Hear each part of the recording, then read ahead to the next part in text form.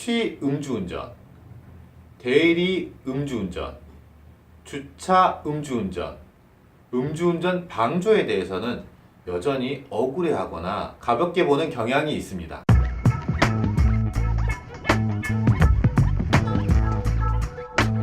안녕하세요. 당신의 박변입니다. 전북지방경찰청에 따르면 안재홍님은 10일 오전 10시 5분경 톨게이트 앞에서 숙취 음주운전이 적발되었습니다.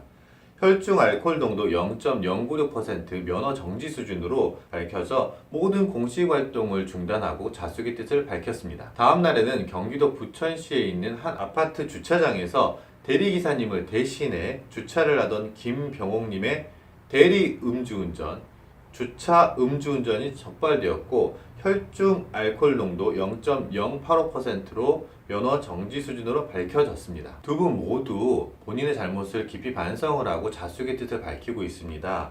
물론 지금까지 확인된 여러 사실관계들만 정리를 해보면요, 술을 먹고 바로 운전을 하는 일반적인 음주운전을 한 것은 아닌 것으로 보입니다.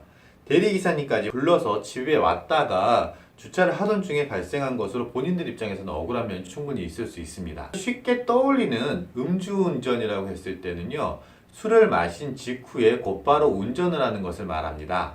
그러한 일반적인 의미의 음주운전에 대해서는 경각심이 상당히 높은 수준까지 올라와 있습니다. 하지만 여전히 숙취 음주운전, 대리 음주운전, 주차 음주운전, 음주운전 방조에 대해서는 여전히 억울해하거나 가볍게 보는 경향이 있습니다. 하지만 음주운전으로 인해서 발생할 수 있는 어마어마한 피해, 위험성을 고려한다 그러면 숙취 음주운전이나 주차 음주운전, 대리 음주운전, 음주운전 방조에 대해서도 우리가 분명히 경각심을 갖고 대처를 해야 될 것입니다. 윤창호 님이 세상을 떠나셨습니다. 그분의 이름을 딴 윤창호 법이 일부 시행되고 일부는 시행 예정되어 있습니다. 윤창호법 이전과 현재 윤창호법을 비교를 해보면요, 음주운전을 한 사람이 사람을 다치게 한 경우에 과거에는 10년 이하의 징역형을 처하게 되었습니다.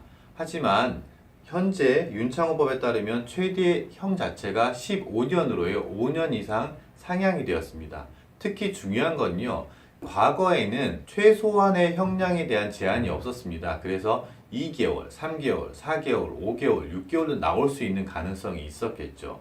그런데 지금 현재 윤창호법에 따르면 무조건 1년 이상의 형을 선고하여야만 합니다. 또한 사망사고가 발생했을 때에는요, 최저 3년 이상의 징역형을 선고하여야만 합니다. 이 말의 뜻을 쉽게 풀이하면요, 음주운전으로 인해서 사람이 다치거나 사망한 경우에 있어서는 형량 자체가 높아지기 때문에 도주의 우려가 높다고 판단을 하기가 쉬워서 사실상 구속수사의 원칙으로 진행을 하겠다라는 의지의 표명이라고 볼 수 있습니다. 최근 그 구체적인 예가 바로 연예인 손승헌님의 음주 뺑소니 사고에 대한 구속수사, 지금 재판이 진행 중으로 알고 있습니다. 또한 음주운전의 기본이 되는 혈중 알코올 농도의 기준을 낮게 변경한 것도 올해 6월 달부터 시행될 예정입니다. 개정된 윤창호법에 따른다면 0.08% 이상이면 면허 정지가 아니고요, 면허 취소입니다. 다만